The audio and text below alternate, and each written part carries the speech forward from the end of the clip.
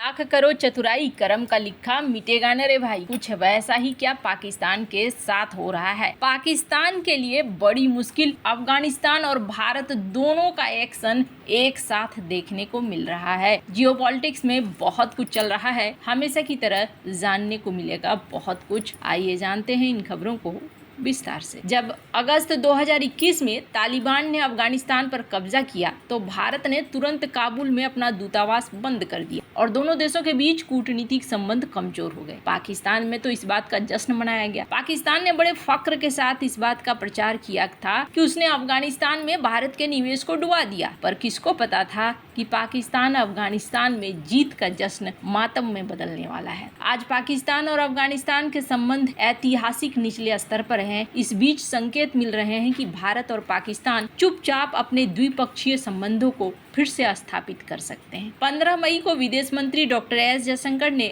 अफगानिस्तान के कार्यवाहक विदेश मंत्री आमिर खान मुत्ताकी के साथ तालिबान के अफगानिस्तान पर कंट्रोल करने के बाद पहली बार बातचीत की। इस बातचीत को कूटनीतिक संबंधों को फिर से जीवंत करने की दिशा में एक महत्वपूर्ण कदम के रूप में देखा गया। कॉल के दौरान मुत्ताकी ने पहलगाम में हुए हाल ही में आतंकी हमले की निंदा की, जिसके लिए जयशंकर ने गहरी सराहना की। जयशंकर ने अफगान लोगों के साथ भारत की पारंपरिक मित्रता की पुष्टि की और भविष्य में सहयोग के लिए विशेष रूप से विकास के क्षेत्र में अवसरों को तलाश करने की आवश्यकता पर बल दिया। भारत ने पिछले सप्ताह अटारी वाघा सीमा के माध्यम से अफगानिस्तान से 160 ट्रकों को प्रवेश करने की अनुमति दी। ये ट्रक सूखे मेवे और दूसरे सामानों से भरे हुए थे, जो अफगानिस्तान के लिए एक महत्वपूर्ण निर्यात है। हालांकि भारत तालिबान शासन को औपचारिक रूप से मान्यता नहीं देता है, लेकिन वह जून 2022 से काबुल में एक तकनीकी मिशन संचालित कर रहा है। इतना ही नहीं, भारत ने अफगानिस्तान की मदद को भी जारी रखा है। इसमें अनाज और दवाइयां शामिल हैं। हिंदुस्तान टाइम्स के साथ एक इंटरव्यू में तालिबान के प्रवक्ता सुहेल शाहीन ने भारत के साथ संबंधों को सामान्य बनाने, विदेशी निवेश को आमंत्रित करने की अफगानिस्तान की इच्छा को व्यक्त किया था। उन्होंने कहा कि अफगानिस्तान के भारत के साथ ऐतिहासिक संबंध रहे हैं, इसे नवीनीकृत करने की आवश्यकता है। ऐसा माना जा रहा है कि भारत जल्द ही तालिबान सरकार द्वारा नियुक्त राजनयिकों को दिल्ली में तैनात करने की आधिकारिक मंजूरी दे सकता है। हालांकि तालिबान के राजनयिक पहले से ही नई दिल्ली और मुंबई में अफगान दूतावास और वाणिज्य दूतावास में तैनात देखने को मिल रहे हैं। अब इन सब के बीच में एक बड़ा टेंशन दे दिया है पाकिस्तान को अफगानिस्तान ने। पाकिस्तान में अभी सीन क्या है? पाकिस्तान में आर्मी चीफ असीम मुनीर को प्रमोट करके फील्ड मार्शल बनाया गया है। कहा जा रहा है प्रधानमंत्री शहबाज शरीफ की कैबिनेट ने मंगलवार को ये फैसला लिया। मुनीर का ये प्रमोशन भारत के खिलाफ ऑपरेशन बुनियान माशूर के दौरान आर्मी को लीड करने की वजह से किया गया। पाकिस्तान में असीम मुनीर ने पहले 1959 में सैन्य तानाशाह अयूब खान ने खुद को फील्ड मार्शल घोषित किया था। फील्ड मार्शल पाकिस्तानी सेना में सर्वोच्च सैन्य रैंक है, जो एक 5 स्टार रैंक माना जाता है। ये रैंक जनरल के ऊपर है। पाकिस्तान में फील्ड मार्शल का पद सेना, नौसेना और वायुसेना में सबसे ऊंचा होता है। पाकिस्तान में ये रैंक केवल खास परिस्थितियों में ही दी जाती है। पाकिस्तान के पूर्व सेना प्रमुख जनरल राहिल शरीफ को फील्ड मार्शल का दर्जा देने की मांग की गई थी। इसे लेकर इस्लामाबाद हाई कोर्ट में एक याचिका भी दायर की गई थी। इसमें कहा गया था कि जनरल शरीफ के बेहतर काम के आधार पर उन्हें ये पद दिया जाए। हालांकि अदालत ने ये कहते हुए याचिका खारिज कर दी थी कि उसके पास इस मामले में कोई निर्देश देने का अधिकार नहीं है। पाकिस्तान के कानून के मुताबिक फील्ड मार्शल के पास कोई अतिरिक्त संवैधानिक शक्ति नहीं होती है। फील्ड मार्शल की नियुक्ति के लिए प्रधानमंत्री, राष्ट्रपति और रक्षा मंत्रालय तीनों की सहमति की जरूरत होती है। इसके अलावा सुप्रीम कोर्ट या फिर हाई कोर्ट भी संवैधानिक आदेश की जरूरत होती है। फील्ड मार्शल सेना में सर्वोच्च रैंक है। फील्ड मार्शल को हमेशा एक्टिव सैन्य अधिकारी माना जाता है। युद्ध के समय बेहतर प्रदर्शन करने पर फील्ड मार्शल बनने की परंपरा है। फील्ड मार्शल को चीफ ऑफ आर्मी स्टाफ के बराबर या उससे ज्यादा सैलरी और पेंशन मिलती है। सैन्य और राष्ट्रीय समारोह के वक्त फील्ड मार्शल के सम्मान में हाई प्रोटोकॉल फॉलो होता है और फील्ड मार्शल एक औपचारिक और सम्मानजनक पद होता है। अब यहाँ जनरल मुनीर बन तो गए हैं फील्ड मार्शल, लेकिन क्या इनके लिए समस्याएं खत्म हो गई है? नहीं जी, समस्याएं तो और बढ़ रही हैं।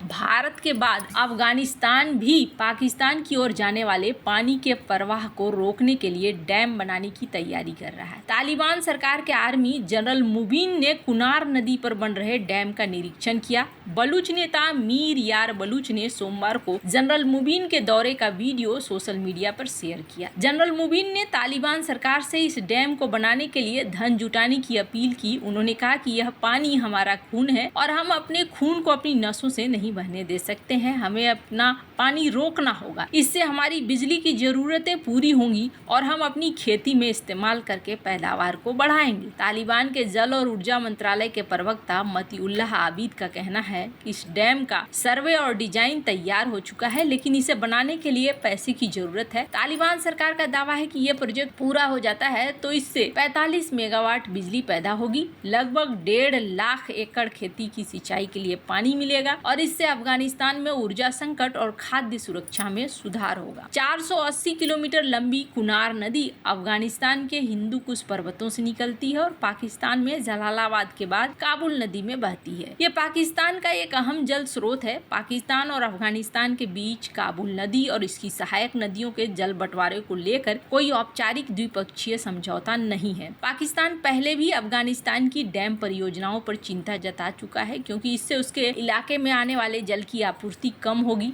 पाकिस्तानी मीडिया के मुताबिक कुनार नदी पर डैम बनने से काबुल नदी के जल प्रवाह में 16 से 17% तक की कमी आ सकती है। इससे पाकिस्तान की खेती और जल आपूर्ति पर बड़ा असर पड़ेगा। पाकिस्तान पहले ही भारत की तरफ से सिंधु जल संधि को स्थगित करने और चिनाब पर डैम के स्लुइस गेट के बंद होने के कारण दबाव है। ऐसे में कुनार नदी पर बना ये डैम उसे और भी ज्यादा मुश्किलों में डाल सकता है। वैसे आपको बता दूं, भारत के विदेश मंत्री एस जयशंकर ने 15 मई को तालिबान के विदेश मंत्री से फोन पर बातचीत की और इस दौरान भारत ने काबुल नदी पे सहतूत डैम बनाने की प्रोजेक्ट पर आगे बात बढ़ाने की बात कही है। सहतूत डैम एक जल विद्युत हाइड्रो पावर सिंचाई प्रोजेक्ट है। इसके लिए भारत 2020 करोड़ रुपए की वित्तीय सहायता दे रहा है। ये प्रोजेक्ट 3 साल में पूरा होगा। 4 हेक्टेयर जमीन की सिंचाई करेगा, साथ ही 20 लाख लोगों को पीने का पानी देगा। भारत और अफगानिस्तान ने फरवरी 2021 में सहतूत बांध के लिए एक समझौता किया था। इससे पहले भारत ने साल 2016 में अफगानिस्तान में सलमा बांध बनाया था, जिसका उद्घाटन पीएम नरेंद्र मोदी और तत्कालीन अफगान राष्ट्रपति